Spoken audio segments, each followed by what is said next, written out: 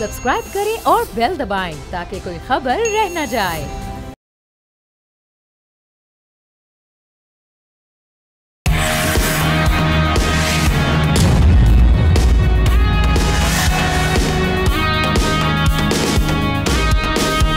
अस्सलामुअलैकुम, आप देख रहे हैं न्यूज़ पंच। मैं हूं आमना खटाना। नाजरीन, गुज़श्ता रोज़ इस्लामाबाद हाई कोर्ट के 6 जजेस के मुतनाज़ ख़त के मामले पर हुकूमत ने इंक्वायरी कमीशन बनाने का ऐलान किया था, जिसको पाकिस्तान तहरीक इंसाफ ने न सिर्फ मुस्तरद किया बल्कि बार काउंसिल की जानिब से भी इस पर तहफ़्फ़ुज़ात पाए जा रहे हैं। दूसरी जानिब चीफ जस्टिस की ज़ेर सदारत फुल कोर्ट इजलास के दूसरे रोज़ एलामिया जारी किया गया कि किसी भी हालात में अदलिया की आज़ादी पर समझौता नहीं किया जा सकता। एग्जीक्यूटिव की जानिब से जजेस की अदालती कामों में मुदाखलत बर्दाश्त नहीं की जाएगी। अब इस सूरत हाल में सवाल ये कि क्या ये जो इंक्वायरी कमीशन जजेस के इल्ज़ामात की शफाफ तहकीकात कर पाएगा, जिस पे तहफ़्फ़ुज़ात भी हैं, और एग्जीक्यूटिव की जानिब से जजेस की अदालती कामों में मुदाखलत बर्दाश्त ना की जाने की जो बात है, इसकी रेलेवेंस किस तरह से हमारे पैनलिस्ट देख रहे हैं। तारुफ में करवा देती हूँ। नज़ीर लगारी साहब हमारे साथ कराची स्टूडियो से मौजूद हैं। हमाद रुहेला, एहतशामुल हक साहब और ज़ाहिर शरासी साहब इस्लामाबाद स्टूडियो से हमें ज्वाइन कर रहे हैं। आप तमाम का बेहद शुक्रिया। सबसे पहले मैं स्टार्ट करूँगी एहतशाम साहब, आपकी जानिब आती हूँ। ये तो इस पर ऑलरेडी तहफ़्फ़ुज़ात हैं, एक जो हुकूमत की जानिब से कहा गया, और फिर वो जो एग्जीक्यूटिव वाली बात हुई थी, अब मामला तो अगर वही देखेंगे तो फिर क्वेश्चंस रेज होंगे इस पर। देखिए आमना, जो बुनियादी तौर पे सवाल इस सकता है ना, कुछ लोगों का ख्याल था कि जी हशप हो जाएगा मामला और ऐसा ही है कि थोड़ी सी बात होगी, बात ख़त्म हो जाएगी।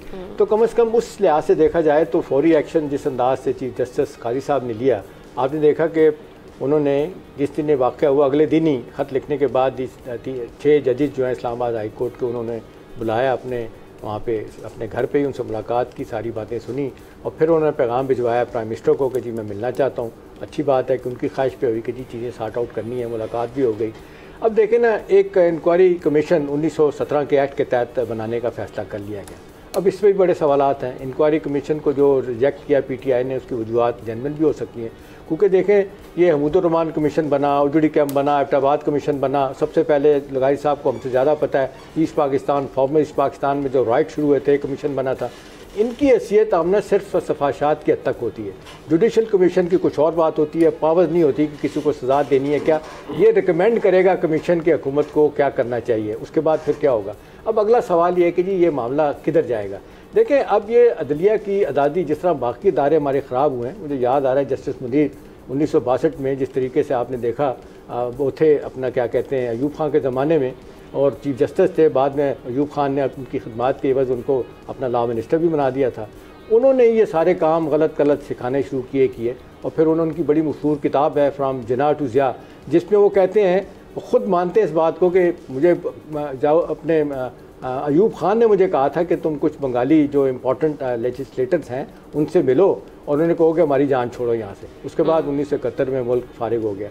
देखिए, अब ये यही बातें होती हैं कि जी कौन किस वक्त किसका साथ दे रहा होता है। और बाय द वे कल मैं उनको सुन रहा था आमना, अपने ख्वाजा आसिफ साहब को, उन्होंने इतराफ़ किया, उन्होंने कहा कि दावत गुनाह तो हम देते हैं, यानी सियासतदान नहीं देने हैं तो मामला ख़राब होते हैं। और आखिरी बात इसमें यह आमना कि सारे मामले को अगर देखें, इन सारी चीज़ों के बेनिफिशरी बदलते रहते हैं, बेनिफिक्टर वही होता है। मुझे बताने की ज़रूरत नहीं कौन होता है, आपको पता है इस बात का। तो मेरा ख्याल है अल्टीमेटली ये बात इस पर आएगी कि अब ये एक मैसेज ऑफ वननेस कैसे जाता है। ठीक है, जितना बाहर का रिएक्शन सारे हम देख रहे हैं, सेगमेंट ऑफ सोसाइटीज़ पे बात कह रहे हैं कि जी ये अदारों की और इंतज़ामिया की मुदाखलत जो है ना वो नहीं होनी चाहिए, बिल्कुल नहीं होनी चाहिए। अब वो मेथड ऑफ मैडनेस क्या निकलता है, इसको कैसे कोई ठीक करने की कोशिश करेगा।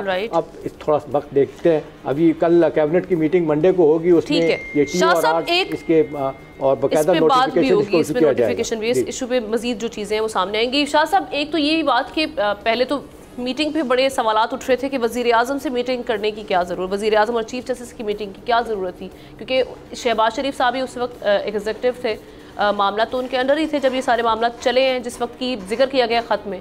तो सर ये भी एक इशू है। और उसके बाद फिर ये जो आ जाना इस हवाले से इंक्वायरी कमीशन बनाने का ऐलान हुकूमत की जानिब से।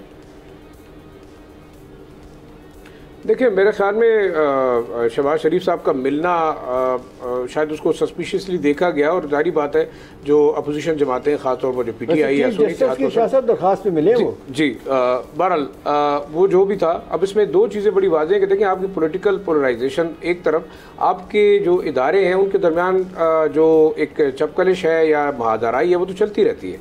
और हमने देखा कि माजी में भी जुडिशरी कभी जो है वो इस्टेब्लिशमेंट और ओवरऑल देखा जाए तो इवन आपकी जो हुकूमतें हैं वो आपस में मुख्तलिफ चीज़ों के ऊपर एक दूसरे के आमने सामने आती रही हैं। मेन मकसद ये है कि वाकई अगर एक इशू उठाया गया है, हम इसको अज्यूम करते हैं कि वाकई ऐसा हुआ होगा, और उन्होंने अगर ये जजेस ने एक चीज़ लाइमलाइट पे लेके आए तो आप इसके ऊपर, जैसे एहतशाम साहब कह रहे थे, जुडिशल इंक्वायरी कराएं। अगर आप इसको सिर्फ जो है ना वो टाइम गुजारने के लिए और जो है वो उसको लिंगर ऑन करते हैं और आखिर में रिजल्ट कुछ नहीं होता, तो मेरे ख्याल में इस मसले का भी हल नहीं निकलेगा। ये पहली बात नहीं है, आप डिसमेंबर्ड ऑफ पाकिस्तान से उस वक्त से लेकर 1971 से कितने कमीशन बने, उनका रिजल्ट क्या हुआ और उस पर कितनी इंप्लीमेंटेशन हुई, एक ये कोर शायद कमेटी होगी जो कि इस पर ओवरऑल बात करेगी। लेकिन सबसे इंपॉर्टेंट चीज़ ये कि आया इन इदारों के दरमियान क्यों इंटरफेरेंस का मामला आता है, क्यों मुदाखलत होती है, हर इदारा अपने दायरे अख्तियार के अंदर क्यों काम नहीं करता। दूसरा एक जो मेरे जहन में नुक्ता है, जजेस का सवाल क्या है, क्या वो एज ए इंस्टीट्यूशन किसी इदारे को चैलेंज कर रहे हैं या उस इदारे के अंदर बैठे हुए कुछ इंडिविजुअल्स हैं जो किसी के कहने पे ये सब कुछ करवा रहे हैं। लेकिन एक बात बिल्कुल जो मेरे ख्याल में पाकिस्तान के लोगों के लिए कंसर्न की है कि आया सियासी जमातें किस हद तक इदारों के ताबे हैं, किस हद तक वो इदारों को मिसयूज़ करवाती हैं या करती हैं जिस वक्त वो पावर में होती हैं, ये बड़ा अहम है। अब वाकई अगर एक चीज़ मेरे ख्याल से सामने आई गई है तो उसको आप जो है वो ऑब्जेक्टिवली इसके ऊपर इंक्वायरी करें, इसको जो है प्रोब करें, और वाकई इस दफ़ा जो लोग इन्वॉल्व हैं, चाहे वो जिस सेगमेंट से भी हैं, जैसे कि बेनिफेक्टर्स की बात की एहतशाम साहब ने, तो आप एक दफ़ा इनको भी सजा दे के देख लें कि वाकई अगर ये गलतियां करते हैं और उनकी गलतियों की वजह से पाकिस्तान को उसका खमियाजा भुगतना पड़ता है, तो ये तो गलतियों से मुबर्रा नहीं है, ना तो जजेस, ना एस्टेब्लिशमेंट, ना आपके सियासतदान। और आप ना एक चीज़ फिर आप कहोगे कि पीटीआई की बानी की बात याद आ जाती है। वो रिकॉर्ड में जब हुकूमत में थे वो कहा करते थे कि यार ISI अगर फ़ोन टैपिंग करती है तो बड़ी अच्छी बात है, मेरे भी फ़ोन टैप होते हैं, ये हमारी हिफाजत के लिए करती हैं। चलें, वो वक्त के बाद सरकमस्टांसेस के बाद उनके मामला भी फिर वो इस हवाले से स्टेटमेंट्स भी चेंज हो गए थे। लगारे साहब, एक जो जुडिशल इंक्वायरी वाली जो कहा जा रहा था, सुप्रीम जुडिशल इंक्वायरी की जानिब क्यों नहीं गए? क्योंकि फिर वही बात आ जाती है कि जो TORs की भी बात हुई, कल हमने न्यूज़ कॉन्फ्रेंस में सुना, तो वो उस पर भी बहुत तनकीद हो रही थी कि भाई अगर यहाँ से मिसकॉन्डक्ट हुआ जजेस की जानिब से तो फिर वो भी देखना पड़ेगा। बात यह है कि उनकी शिकायत जज साहिबान की एक ऐसे इदारे से है जो बरह रास्त वज़ीर आज़म के मातहत है और वज़ीर आज़म इसकी तहकीकात करा रहे हैं।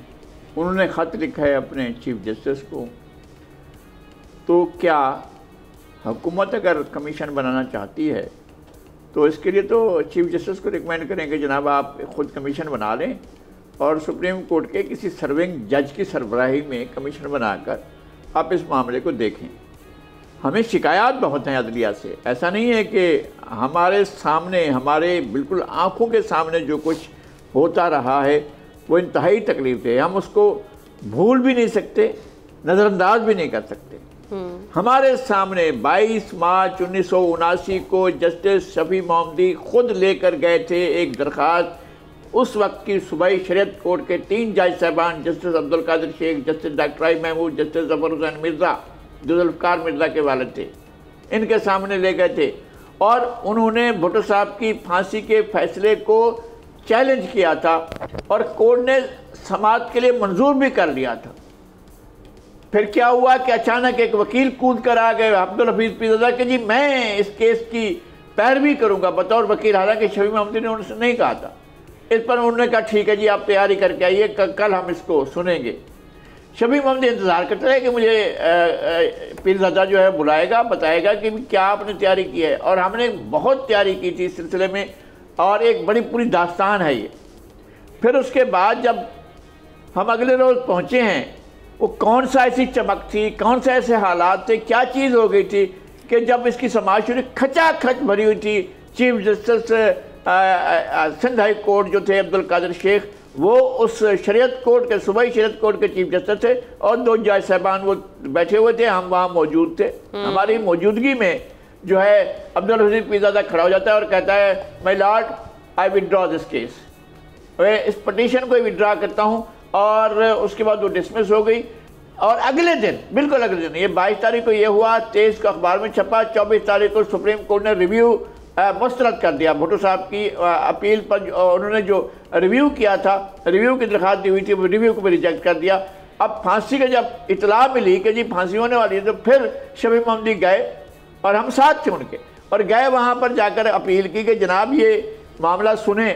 और उन्होंने जज साहबान ने क्या किया, उन्होंने कहा कि जी आप ये कैसे कह सकते हैं कि जनरल रियाज जो है वो फांसी दे देगा। उसने कहा जी ये बदनीयत है इसलिए फांसी दे देगा। उसने कहा आपकी दरख्वास्त में तो कहीं नहीं लिखा है बदनीयत है। उन्होंने कहा मैं अभी लिख कर देता हूँ। उन्होंने कहा नहीं आप कल पेश कीजिएगा। फिर अगले रोज जस्टिस डॉक्टर आई महमूद बीमार हो गए और उसके अगले रोज फांसी दे दी गई। ये सारा कुछ हुआ है और अदलिया ने एक बहुत बड़ा खेल इस मुल्क में खेला, इसको मानना चाहिए। ठीक है, आपका इस हवाले से आगे टेक। हम आज जिस तरह से अभी हम देख रहे हैं सिचुएशन, एक ये भी कहा जा रहा है ना कि एक डिमांड और एक ये कहा जा रहा है, सजेशन ये भी है कि जैसे चीफ जस्टिस साहब दीगर मुकदमात की हम देखते रहे लाइव जो हेयरिंग होती रही है, supreme judicial council live hearing कर सकती है। जो हमें याद पड़ता है कमीशन की रिपोर्ट तो अक्सर पब्लिक भी नहीं होती। हमारी दुआ है कि इस बार ऐसा ना हो। अभी जो चीफ साहब ने एक स्टेटमेंट दी है कि बर्दाश्त नहीं करेंगे, और ख्वाजा आसिफ साहब ने भी कहा है कि जो कंप्लेन आई है तो उसके ऊपर फॉर्मल प्रोसेस होना चाहिए। ये बयानात की हद तक तो बहुत अच्छा है और इसकी तारीफ होनी चाहिए, लेकिन क्या ये सिर्फ बयान रहेगा? इस बयान के ऊपर कोई अपना पहरा देगा, इसको आगे मंतकी अंजाम तक पहुंचाएगा या नहीं, ये देखना पड़ेगा। लेकिन इस बात को भी हमें मानना चाहिए कि ये बयान उस तासुर से बेहतर है जो अवाम में दिया जा रहा है कि जजेस कोई सियासी पोजीशन ले रहे हैं। जब तक हमारे पास कोई एक्शनेबल एविडेंस ना हो, हमें किसी के कैरेक्टर के ऊपर इतना बड़ा इल्जाम नहीं लगा देना चाहिए, वरना ऐसा होगा कि हम जजेस की इंडिपेंडेंस को इस बात पे जज करेंगे कि वो किसी खास जमात पे हम देख रहे हैं जो इनकी अभी तक जितनी भी रेपुटेशन। मैं ओवरऑल बात कर रहा हूँ जी, बिल्कुल इनकी रेपुटेशन बहुत अच्छी है, इसमें कोई शक नहीं है। मैं ओवरऑल बात कर रहा हूँ कि फिर ये ऐसा होगा कि हम जजेस को, कोर्ट्स को, हाई कोर्ट्स को, सुप्रीम कोर्ट्स को इस बात पे जज करेंगे कि वो किसी मखसूस इंसान के अगेंस्ट ऑर्डर दें तो ही वो इंडिपेंडेंट है। यानी वो अपना तासुर बहाल करने के लिए इंसाफ के अगेंस्ट भी जाना पड़ता है तो वो शायद उनको जाना पड़ जाए अपना इमेज प्रोटेक्ट करने के लिए, जो कि नहीं होना चाहिए। अगर हमारी यार्डस्टिक इंडिपेंडेंस की ये है तो हमारी यार्डस्टिक में कोई कोताही है, उसको दुरुस्त करना चाहिए। कमीशन की बात जहां तक आ गई तो अगर इंक्वायरी की हद तक पावर्स देखी जाए तो कमीशन के पास वही पावर्स हैं, तमाम पावर्स मौजूद हैं जिसके थ्रू वो एक एफिशिएंट इंक्वायरी कर सकती है। मामला जो फर्क आएगा वो TORs के ऊपर आएगा कि TORs जो कमीशन को दिए जाएंगे, अमूमी तौर पर देखा जाता है कि कमीशन उस TOR के अगेंस्ट नहीं जाते, उससे बाहर नहीं जाते।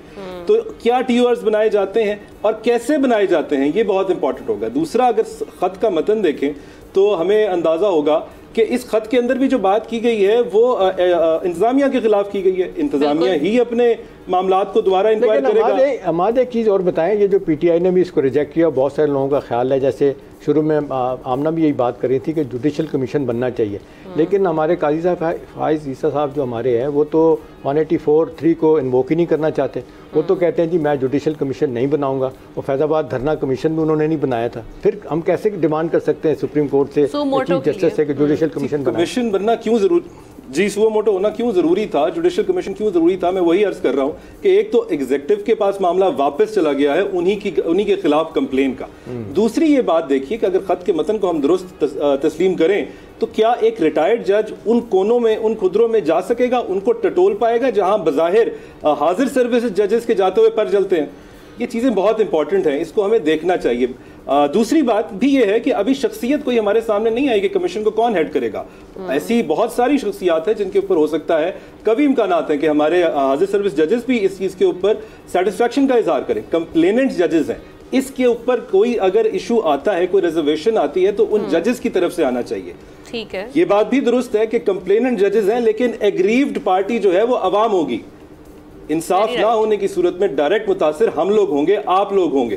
तो अवाम के पास भी तासुर जाना चाहिए। अवाम की नुमाइंदा जमात है PTI इस वक्त बात कर रही है, उसने रद्द कर दिया है। इन्हीं 6 जजों को देना पड़ेगा। मैं अगर अपनी बात मुकम्मल कर लूं, मैं उसके बाद आता हूँ। PTI अवामी नुमाइंदा जमात है, वो इसको अगर रद्द कर रही है तो उसको ये याद रखना चाहिए कि ये खत की जो फाउंडेशन है ये शौकत अजीज सिद्दीकी साहब का केस है जो कि उनके जमाने में आया था। बिल्कुल। तो इस हुकूमत और उस हुकूमत में सिर्फ इतना ही फर्क है कि ये महकदे में आके बैठे हैं और वो महकदे से उठ के आए हैं। एग्जैक्टली। और अब देखते हैं कि इस मामले में आगे जाके क्या बनता है। एक ब्रेक के बाद हमारे पास अहम स्टोरीज हैं, उस पर बात करेंगे। Stay with us.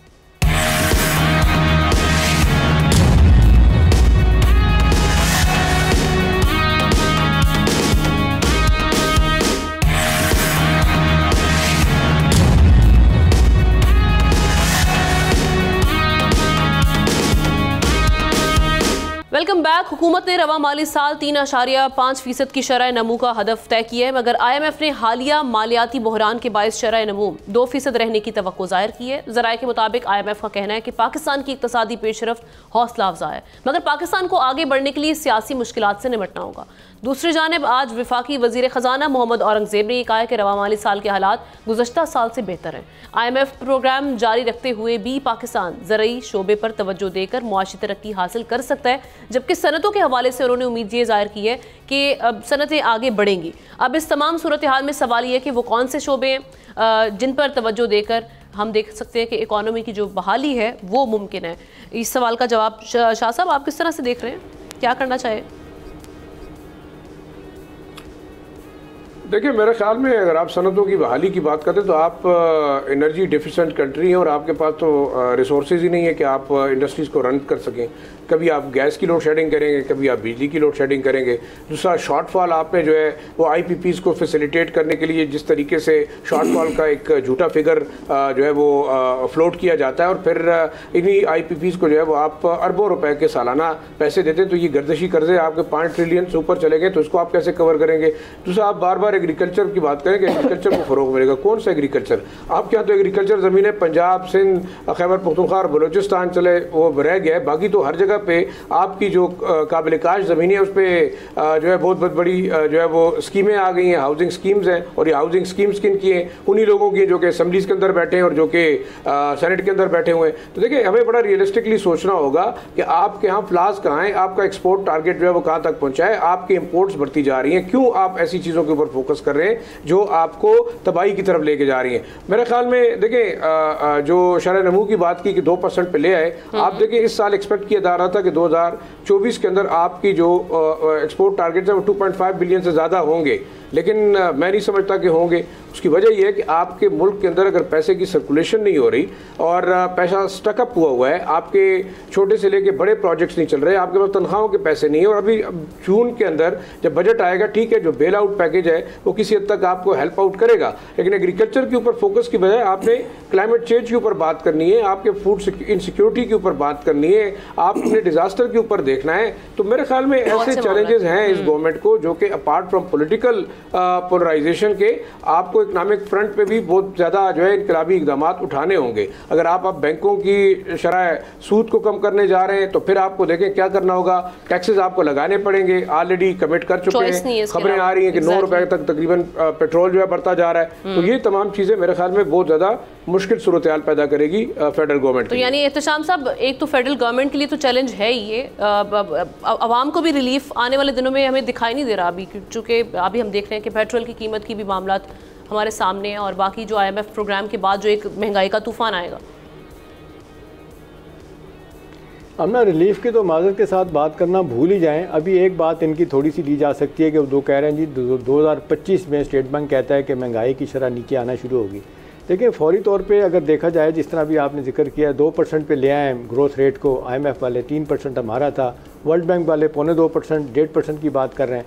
चलें, ये सारी चीज़ें तो मेरा ख्याल है इतनी अहमियत वाली नहीं है। जो हमारे क्राइसिस वाली सिचुएशन में हम ना, उसमें हमने जो प्रायर एक्शन ले लिए ना, यानी प्रायर एक्शन क्या थे कि आज ही देख लें, 2 रुपये 75 पैसे बिजली बढ़ा दी गई है। वो अल्टीमेटली इफेक्ट तख्लीक आने की स्टोरी तो बताती है डॉन में आज कि वो 7% बढ़ जाएगी बिजली की कीमत। 147% आप देख लें गैस की प्राइसेस बढ़ा चुकी हैं। ये तकरीबन 1000% के करीब हमारी गैस की प्राइसेस बढ़ चुकी हैं। पेट्रोल प्राइसेस का भी जिक्र किया, वो भी देखें जिस तरह बढ़नी चाह रही हैं। तो ये तो IMF जो कह रहा है वो तो कर रहे हैं। अभी एक जो मसला है वो कहते हैं कि जी आपका FBR का टारगेट जो है ना वो बहुत नीचे की सतह पे है, इसको जब आप नहीं लेके जाएंगे कम से कम 13 से 14%। इस वक्त कहा जा रहा है डबल डिजिट में है। कुछ लोग कहते हैं 9% है टैक्स टू GDP रेशियो, कुछ लोग कहते हैं 10% है। हुकूमत 10% क्लेम करती है, लेकिन IMF कहता है कि जब सब आप शुरू में 13-14% नहीं लेके जाते और अगले 5 साल में अगर 17% नहीं रहते तो इकोनॉमिक वायबिलिटी आपकी नहीं रहेगी। मतलब यह है कि हम मुसलसल बाहर के सहारों पे रहेंगे। अभी देखें ना, बार बार जो बात आ रही है, अभी प्राइम मिनिस्टर भी कहते हैं कि जी ये तो $1.1 बिलियन मिल जाएगा आखिरी किस्त, उसके बाद एग्जीक्यूटिव बोर्ड के पास जाना है। अभी वो फिर 6 से 8 बिलियन डॉलर जो हमने मज़ीद लेना है बड़ा प्रोजेक्ट लंबे अरसे के लिए, उसका बुनियादी मकसद ये है कि हमें फौरी तौर पे हम ना हर महीने 400 मिलियन डॉलर कभी किस्त देनी पड़ती है, कभी $800 मिलियन वापस करने होते हैं। तो उस लिहाज से तो हमारी मुश्किलात इतनी हैं कि जो आप ओरिजिनल सवाल पूछ रहे हैं कि आम आदमी के लिए तो कुछ नहीं है। महंगाई देखें ना, जो इन्होंने आते ही कहा था कंट्रोल करेंगे, माजरत के साथ मरियम नवाज़ ठीक है अभी वक्त देना चाहिए, लेकिन अभी तक जितने एक्शन किए गए उससे कोई फ़र्क नहीं पड़ा। और इसी तरह जो पब्लिक को रिलीफ देने की बात थी, इन्होंने जुमा बाज़ार और ये इतवार बाज़ार खोले, तो मैं अगले दिन पिंडी से आते हुए आमना मैं एक जगह पर रुक गया और लिखा हुआ था जी मरियम नवाज़ का जो अपना फेयर प्राइस शॉप वाला जुमा बाज़ार टाइप की चीज़ थी। आप यकीन करें मैं अंदर गया हूँ, आधे से ज़्यादा माल गला सड़ा हुआ है, कीमतें थोड़ी सी कम है। आप मैंने 3-4 जगहों पे चीज़ें उठाई और एक तो वो आप तो हाथ नहीं लगाने देते, दूसरा जो है ना आधा माल उनका ख़राब है। वैसे आप मादर के साथ हमारे यहाँ सस्ते तंदूर जो है ना वो काम करने शुरू कर दिए, 10 रुपए की रोटी मिल रही है। तंदूरों में तो आपको पता है 30 अरब रुपया पिछली हुकूमत में PMLN ने ज़ाया किया था, तंदूरों में, पीली टैक्सियों में डुबोया था उन्होंने। सच्ची बात है जी, लाख इख्तिलाफ आम आदमी के हवाले से सही रहा जी। ये जो हमारे वजीर खजाना है ये इतने ऑप्टिमिस्टिक क्यों दिखाई दे रहे हैं, और फिर जो हुकूमत ने ये 3.5 का जो एक ग्रोथ रेट सेट किया टारगेट, ये अचीवेबल है जब IMF कह रहा है कि 2% तक रहेगा? उनको तो रहना है ना ऑप्टिमिस्टिक, उनको यही कहा गया है कि आप ऑप्टिमिस्टिक रहें, और उनको यही टारगेट है कि आपने कभी भी ये नहीं कहना है कि आप पैसे हो रहे हैं या आप किसी बात से मायूसी का शिकार हो रहे हैं। उन्हें इसी तरह रहना है, इसलिए कि उनके तकर्रुरनामे में ये लिखा हुआ है कि आपने हमेशा ऑप्टिमिस्टिक रहना है। दूसरी बात यह है कि ये सवाल जो बाकी दोस्तों ने उठाया है, तो आपके पास वो कहाँ है जो प्रोडक्शन के लिए जो मीन्स ज़रूरी होते हैं। आप इंडस्ट्रियल डेवलपमेंट में कैसे जाएंगे जब आपके पास बिजली है ही नहीं, आपके पास मशीन नहीं है, आपके पास टेक्नोलॉजी नहीं है, आपके पास वर्कफोर्स वो हाई टेक वर्कफोर्स नहीं है आपके पास, आप ना ब्रेन ड्रेन करके अपने बच्चों को यहाँ से पढ़ाकर बाहर भेज चुके हैं और वो यहाँ पर नहीं है, आप किस तरह से जाएंगे? एक बात तो ये है। दूसरी बात ये है कि इंडस्ट्री लगा भी लें तो चलाएंगे कैसे? और तीसरी बात ये है कि आप किस बेस पर कौन सी इंडस्ट्री आप लगाना चाहते हैं, आपकी तरजीहात क्या हैं? आपने कभी भी नहीं सोचा था, अब ये बातें हो रही हैं कि जनाब एग्रो बेस्ड हम इंडस्ट्री की तरफ जाना चाहते हैं या हम एग्रीकल्चर की तरफ जाना चाहते हैं। और एग्रीकल्चर की तरफ जाना चाहते हैं इसलिए कि लोगों को भूखा तो नहीं बाहर मरना है, एग्रीकल्चर के लिए भी तो एटमॉस्फेयर नहीं है। मैं जब भी जाता हूँ मुझे तकलीफ होती है गाँव में, पिछले 3-4 साल 5 साल में जहाँ गंदम की हमने खेत देखे थे वहाँ तंबाकू की काश देखता हूँ मैं। जहाँ कहीं भी मैंने गंदम नहीं देखी, तंबाकू ही तंबाकू देखा है। अब तंबाकू क्या यूटिलाइजेशन है आपके मुल्क में और किस तरह से उसको इस्तेमाल किया जाता है, कौन सी इंडस्ट्री है, कौन से आपने सिगरेट कंपनियाँ खोल रखी हैं कि आप तंबाकू उगा रहे हैं, ये आपके अपने इश्यूज़ हैं। मसला ये है कि आप अगर पाकिस्तान के और दुनिया के 10 मुल्कों में जो सबसे ज़्यादा दूध पैदा करते हैं, आपके यहाँ जो चीज़ें बिक रही हैं, मिल्क प्रोडक्ट्स जो बिक रही हैं, वो तो सारे के सारे बाहर के हैं और सारे वो वहाँ से हैं जो जहाँ से आपको मंगवाने का खर्चा करना पड़ता है। अपने मुल्क में इस तरह की इंडस्ट्री लगा ही नहीं सकते कि आपकी जो डेयरी की इंडस्ट्री हो, जो दूध फराहम करने वाली इंडस्ट्री है, उस पर आप काम नहीं कर रहे हैं। बहुत सी चीज़ें ऐसी हैं जो आपके यहाँ अवेलेबल हैं, लेकिन आप नहीं काम करते हैं, आपके टारगेट्स ही नहीं मालूम होते हैं कि आप हैं और क्या करना चाहते हैं। तो हमाद, अभी आपको आने वाले दिनों में क्या सिचुएशन दिखाई दे रही है? ये जो मईशत की बहाली के दावे किए जा रहे हैं और ये कहा जा रहा है कि जी IMF प्रोग्राम के साथ भी हम मामलात जो ज़रूरी शोबे पर तवज्जो दे के अचीव कर सकते हैं जो हमारे टास्क हैं, दिखाई दे रहा है आपको ऐसा आने वाले दिनों में? बिल्कुल, जो ऑप्टिमिज्म की बात हो रही थी, मुझे लगता है शायद हमारे मिनिस्टर साहब उन शाहीनों में से हैं जो सितारों पे कमान डालते हैं, शायद इस वजह से वो बहुत ऑप्टिमिस्ट हैं। लेकिन उनकी अप्रोच जो है वो पहले भी बिजनेस सेंट्रिक रही है, ये एक अच्छी बात है। वो जब मिनिस्टर बनने से पहले की भी अगर उनकी आप डिबेट्स देखें तो उसमें वो बिजनेसेस की वेलफेयर के लिए बात करते हैं। हमें भी समझना चाहिए कि बिजनेसेस किसी मुल्क के लिए बहुत इंपॉर्टेंट होते हैं। हमारा इस वक्त 108वां नंबर है ईज़ ऑफ डूइंग बिजनेस में। उसकी एक जो सबसे बड़ी वजह मुझे नज़र आती है वो ये है कि हमारा जो रेड टेपिज्म है वो बहुत ज़्यादा है, ब्यूरोक्रेटिक हर्डल्स बहुत ज़्यादा है हमारे बिजनेसमैन को। जगह जगह पर कई किस्म के NOCs लेने पड़ते हैं, मुख्तलिफ इदारों से लेने पड़ते हैं। और जो पॉलिसीज़ अगर हमारी कुछ अच्छी बन भी गई हैं तो हमारे जो सरकारी बाबू बैठे हैं उनके थ्रू ऐसे इंप्लीमेंट कराई जाती हैं कि वो हर्डल्स बन जाती हैं। उसको दुरुस्त करने की ज़रूरत है। शायद हमारे ब्यूरोक्रेट्स पाकिस्तानियों के साथ से मुलाकात तो करते हैं रोज़ाना, लेकिन उनके मसाइल से रिलेट नहीं कर पाते। अगर उसकी कुछ छोटी मोटी मिसालें देखें तो अभी देखें पंजाब हुकूमत ने जिस वक्त हमारे मुल्क में हम पाई के लिए डिफ़ॉल्ट प्रोग्राम की तरफ जा रहे हैं, खुदा ना खास्ता जा रहे थे, और हमारे पास हालात इतने बुरे हैं, वहाँ पर 200 नई गाड़ी वीगो डाले ले लिए जाते हैं, 2.3 बिलियन रुपीस की जिसकी लागत आती है, तो शायद उनको समझ नहीं आता कि अवामी मसाइल क्या हैं और उनके हल किस तरीके से निकालने हैं, उसको भी ठीक करना पड़ेगा। हमारे रेगुलेटर्स का जो कॉन्सेप्ट है, इस वक्त हमें रेगुलेटर्स की जरूरत नहीं, फैसिलिटेटर्स की जरूरत है। हमारे इन इदारों को फैसिलिटेटर का रोल बनाना चाहिए। हमें लोगों को इनकरेज करना है कि वो बिजनेसेस में आए। हमारी अगर आप आबादी पे नजर दौड़ाएं तो हमारी मीडियन आबादी देखें तो तकरीबन आधी आबादी 22 साल से कम है। बिल्कुल, जिसको अगर हमें केटर करना है तो हमें सालाना 3 मिलियन की नौकरियां चाहिए। पब्लिक सेक्टर वो नहीं दे सकता, पब्लिक सेक्टर ऑलरेडी बहुत इन्फ्लेटेड है। सही, उसके लिए हमें प्राइवेट सेक्टर को ही की कैपेसिटी बिल्डिंग करनी पड़ेगी, हमें इसी तरफ जाना पड़ेगा। अब अगर हम प्राइवेट सेक्टर की बात करें तो उसका एक बहुत बड़ा इशू ये भी है कि बड़े टैक्स रेट्स हमारे बड़े अनस्टेबल है। हम टैक्स चोरी को ख़त्म करने की बजाय, उसको अपनी फुल कैपेसिटी पे टैक्स लेने की बजाय हम नए टैक्सेस लगाने के रुझान में जाते हैं या टैक्सेस बढ़ाने के रुझान में जाते हैं। उसको ख़त्म करना पड़ेगा। सख्त किस्म के रूल्स बना रखे हैं जिससे लोग हम देखते हैं कि गुरेज करते हैं। ये वाले मामला जब तक ठीक नहीं होंगे तब तक हम देखेंगे कि तरक्की मुल्क किस तरह से करेगा। ये सवाल या निशान अपनी जगह पर मौजूद है। आप तमाम का इस हवाले से टेक सामने आ चुका है। स्टोरी आपके साथ शेयर करने जा रही हूँ नन्ही अलमा की। तो अलमा ये कहती है कि आप मेरे वालिदैन की मदद पहले करें, मेरी मदद ना करें, और उनके साथ मेरा 18 माह का भाई भी है, पहले इसकी मदद करें।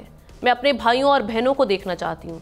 ये दर्द में डूबे अल्फाज 12 साल फ़लस्तीनी बच्ची अलमा के थे, जो उसने टूटे हुए कंक्रीट की रेलों के नीचे से चीखते हुए कहे। लेकिन रेस्क्यू टीम पहले अलमा तक पहुंच गई और उसे बाहर निकालने में कामयाब हो गई, मगर बदकिस्मती से उसके वालिदैन और बहन भाई नहीं बच सके। अलमा का कहना था कि अपने छोटे से भाई को मैंने जिस हालत में पाया उसका तसव्वुर भी नहीं कर सकती थी। वो सिर्फ 18 माह का था, उसका कसूर क्या था जो उसे इस जंग में शहीद कर दिया गया। तो नाजरीन, ये गज़ा की किसी एक घर की नहीं, ये तकरीबन हर घर की यही कहानी है। अक़वाम मुत्तहिदा की हालिया रिपोर्ट के मुताबिक इजराइल के पैदा करदा हालात की वजह से गज़ा में कहत साली का खदशा बढ़ गया है। ख़ास तौर पर बच्चे भूख से शहीद हो रहे हैं। इस सूरत हाल पर अक़वाम मुत्तहिदा के इंसानी हुकूक़ के आला तरीन ओहदेदार का ये कहना है कि ऐसा लग रहा है कि इजराइल ग़ज़ाई क़िल्लत को जंगी हथियार के तौर पर इस्तेमाल कर रहा है, और अगर ये साबित हो गया तो इसे जंगी जुर्म तस्वुर किया जाएगा। लेकिन इजराइल पर किसी करारदाद, किसी दरख्वास्त, किसी तनबीह का असर होता दिखाई नहीं दे रहा। अब सवाल ये कि गज़ा में जंग बंदी की करारदाद के 72 घंटे से ज़ायद गुजर जाने के बावजूद इजरायली हमले जारी क्यों हैं? आलमी दुनिया फ़लस्तीनियों पर होने वाले मुजालिम जो हैं उसको रुकवाने में नाकाम क्यों हैं? जहाँ पर हम देख रहे हैं कि सबसे तवज्जो तलब ये सिचुएशन बनी हुई है। लगारी साहब, क्या क्या करे इंसान। बेबसी की सूरत हाल होती है जब इसराइल ने जो मजालिम किए हैं फ़लस्तीनियों पर वो सामने आते हैं। लगातार एक बेहिसी है, एक आलमी बेहिसी है। ताकत के मराकज़ जो हैं वो बेबसी लोगों की बेबसी और उनकी बेहिसी के मराकज़ हैं। और क्या यानी इलेक्शन के लिए इतना बड़ा इलेक्शन जो हो रहा है और दोनों की कामयाबी और नाकामी दोनों की एक ही होगी कि इस दोनों इस जगह पर पहुंच चुके हैं, डेमोक्रेट्स भी और रिपब्लिकन्स भी, कि यहाँ से जो है ज़वाल का आगाज़ होने वाला है दुनिया की सुपर पावर का।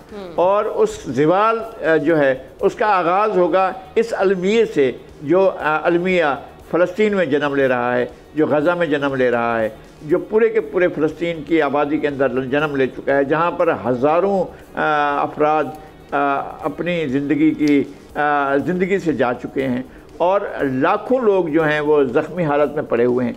वहाँ पर मदद नहीं पहुँचने दी जा रही है और जो बड़ी ताकतें हैं वो सिर्फ लफ्ज़ी हिमायत का और अपना एक ऐसा चेहरा दिखा रहे हैं जो इंतहाई कभी और बदसूरत है, जो जिस तरह से ख़यालात का इजहार किया जा रहा है।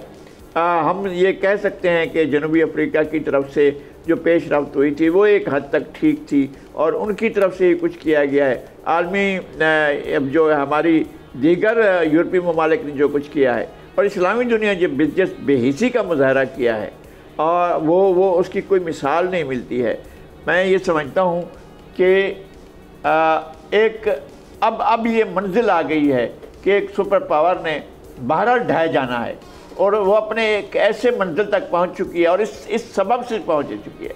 मैं नहीं कहता हूं कि जनाब ये कोई हमारी कोई बद्दुआओं का असर होगा, नहीं, उसके अपने अंदर से ये चीज़ें पैदा हो चुकी हैं उस सुपर पावर के अंदर जो उसके अपने ज़वाल का सबब बन रही हैं।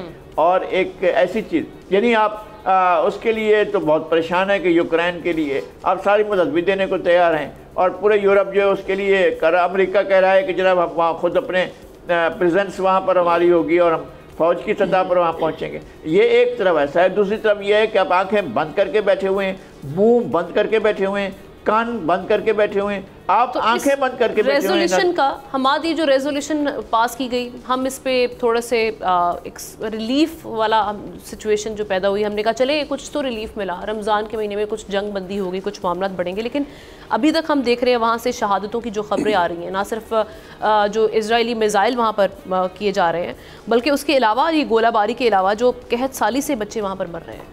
तो ये इस इम्प्लीमेंटेशन किसने करवानी थी, इसको किसने इंश्योर करना था? बहुत जी बिल्कुल दुरुस्त कह रही हैं आपने। जो वाक़या सुनाया बड़ा दिलखराश वाक़या था। कोई भी अहले दिल, मेरा नहीं ख्याल ऐसा होगा जिसको इस चीज़ से अफेक्ट ना होता हो, लेकिन नहीं अगर अफेक्ट होता तो शायद हमारी आलमी ताकतों को और आलमी इदारों को अफेक्ट नहीं होता। शायद वो किसी ज़रूरी काम से सो रहे हैं। ख़ास तौर पे ICJ को अगर देखा जाए तो पता नहीं वो क्या कर रहा है और वो किस दिन के लिए बनाया गया था, उस इदारे का मकसद क्या है। अगर हम इधर आ जाएं, इसकी बात करें तो एक कन्वेंशन थी UN की 1948 में against prevention and punishment for genocide crime, उसके सिग्नेटरी है इसराइल भी। उसकी डेफिनेशन क्लॉज अगर आप देखें तो उसके अंदर जेनोसाइड को डिफाइन किया गया है, कोई भी ऐसा क्राइम जो किसी की एथनिसिटी के ऊपर, रिलीजियस के ऊपर, कास्ट के ऊपर, कलर की बुनियाद पे किया जाए तो वो जेनोसाइड में आएगा। अगर जेनोसाइड का मजीद भी आप उसको प्रूव करना हो तो उसमें उसकी एग्जीक्यूशन और इंटेंशन देखी जाती है। एग्जीक्यूशन के अंदर हम देख सकते हैं एक्ट्स क्या कर रहे हैं और क्या ओमिशंस कर रहे हैं, मतलब जो डायरेक्ट बमबारी कर रहे हैं सिविलियन के ऊपर, ये एक ऐसा एक्ट है जिससे पता चलेगा ये जेनोसाइड है। और ऐसी ओमिशंस यानी कि हमला करने से पहले ऐसी वार्निंग इर्द गिर्द के इलाकों में दे दी जाए कि सिविलियन कैजुअलिटीज़ कम हो, वो भी वो नहीं दे रहे, वो ओमिशंस कर रहे हैं, उनको सामने रखा जाए। और फिर जो स्टेटमेंट्स जिसका जिक्र मैं पहले भी कई बार कर चुका हूँ, ऐसी 500 स्टेटमेंट्स हैं जो इस इदारे में जमा कराई जा चुकी हैं, जिनमें से चंद एक हैं कि वो उनको बारबेरियंस कह रहे हैं, मॉन्स्टर्स कह रहे हैं। तो इन सारी चीज़ों को मिलाकर देखा जाए तो कोई शक नहीं रहता कि ये एक जेनोसाइड है। इसी कन्वेंशन ही के आर्टिकल्स में लिखा हुआ है कि जो सिग्नेटरी स्टेट्स हैं वो ऐसी लेजिस्लेशन करेंगी जिससे जेनोसाइड के जुर्म को ना सिर्फ प्रिवेंट किया जा सके बल्कि इनको पनिश भी किया जा सके, ख्वाह वो प्राइवेट सेक्टर से हों या पब्लिक सेक्टर से हों, इसमें भी कोई तफरीक नहीं की गई। लेकिन ऐसी भी कोई चीज़ हमारे सामने नहीं आती। अब इसकी इम्प्लीमेंटेशन अभी सिक्योरिटी काउंसिल की है, वो भी इनके चैप्टर 5 के मुताबिक इनके ऊपर लागू होती है, इन्फोर्स होनी चाहिए। और इसमें भी अगर आप देखें तो चैप्टर 7 की अब इनको तरफ आगे बढ़ना चाहिए। जो इनके कम्युनिकेशंस के रास्ते हैं उनको ख़त्म करना चाहिए, ब्लॉकेट करनी चाहिए, और अगर फोर्स का इस्तेमाल करना पड़ता है तो शायद उस तरफ भी जाना चाहिए। बिल्कुल ठीक है, जितनी कोशिश की जा सकती है इम्प्लीमेंटेशन के लिए, चाहे वो फोर्स का इस्तेमाल क्यों ना करना पड़े। हमारा आपका इस पॉइंट आ गया। एक ब्रेक लेते हैं, हमारे दीगर पैनलिस्ट इस हवाले से अपनी राय देंगे ब्रेक के बाद।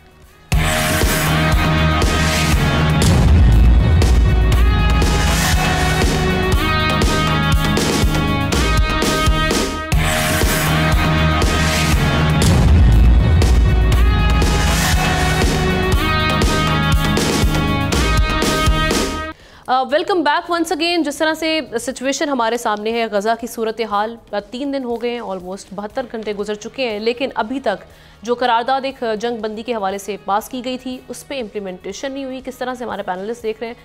एहतशाम साहब। देखिए, हम ना बड़े अफसोस के साथ कहना पड़ता है, हमने तवातर के साथ बल्कि सारे TV चैनल दुनिया भर के जो है ना इसके ऊपर लिख रहे हैं कि अब देखें कितने 5.5 माह हो गए हैं, जंग बंदी ख़त्म नहीं हो रही, अब ये जिस अंदाज से करारदाद मंजूर होगी है, कोई इस पर अमल दरामद नहीं है। देखिए, बात यह है कि ये एक जिसको कहना चाहिए माजत के साथ एक बड़ी सुपर पावर की बदमाशी है। आपको याद है कि माजी में जब ये बाल्कनाइजेशन हो रही थी 90s में, यूगोस्लाविया की 6-7 मुल्क निकले थे, वो मुसलसल जो है ना वो हम देख रहे थे कि यूगोस्लाविया वाले जो है ना वो भरपूर उनके एक साइड टूट के वो इनके ख़िलाफ़ जो मुसलमान इलाके हैं उन पर बमबारी कर रहे थे, उनको लगातार मार रहे थे। उसके बाद अमेरिकन ने फिर बम्बार्डमेंट की थी, उसके बाद ये जंग ख़त्म हुई थी।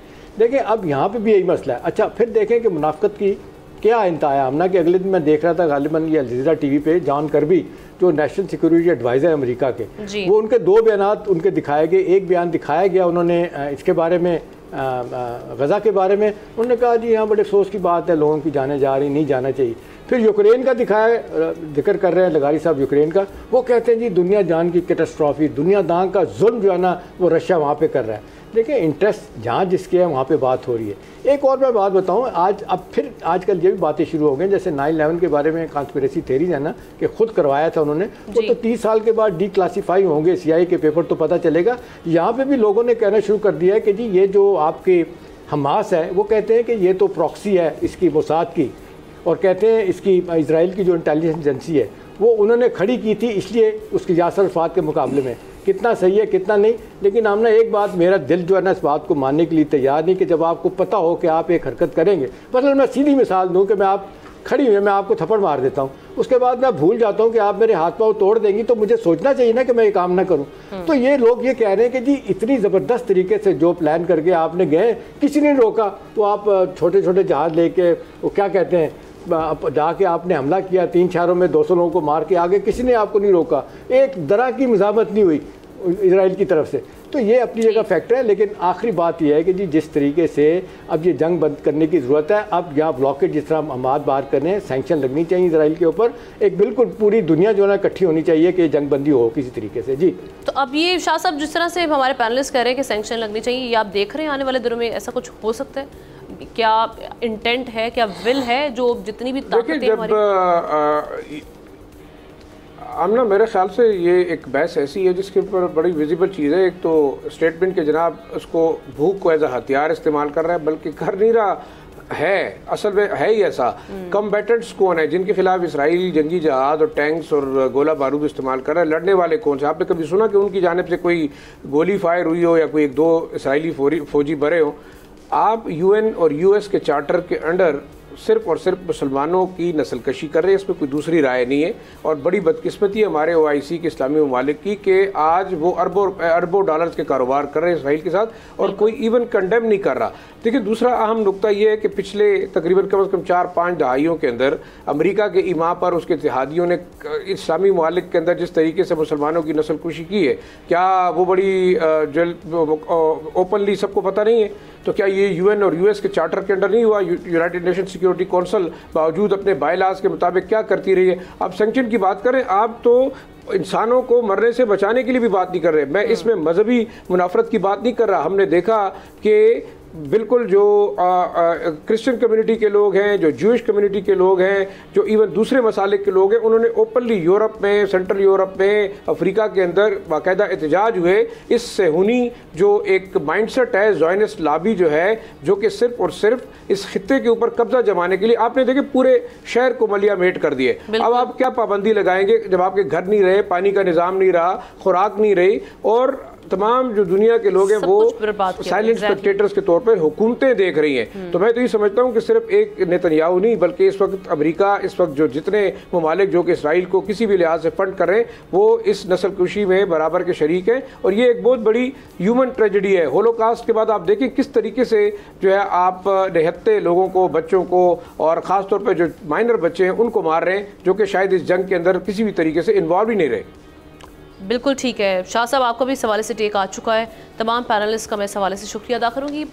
फ़लस्तीन में सारी सिचुएशन हम देख रहे हैं, जहाँ पर घर जो हैं वो खंडरात बन चुके हुए हैं, बच्चे भूख से बिलक बिलक कर मर रहे हैं, और ऐसी ख़वातीन वहाँ पर बड़ी तादाद में जो प्रेग्नेंट हैं, जो देख रही हैं, एक्सपेक्ट कर रही हैं, वो भी इस वक्त भूख के वहाँ पर डेरों की वजह से काफ़ी हद तक मुतासिर हो चुकी हैं। अल्लाह ताला उनकी, हम यही कह सकते हैं, हालतों पर रहम करें। हम दुआ ही कर सकते हैं, क्योंकि हमारे हाथ बंधे हुए हैं। हम इस सिचुएशन में जितना बयान की हद तक या जितनी कोशिश की जा सकती है उतनी हमने की है।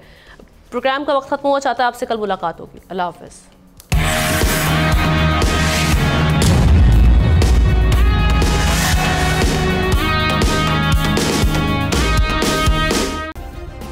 सब्सक्राइब करें और बेल दबाएं ताकि कोई खबर रह न जाए।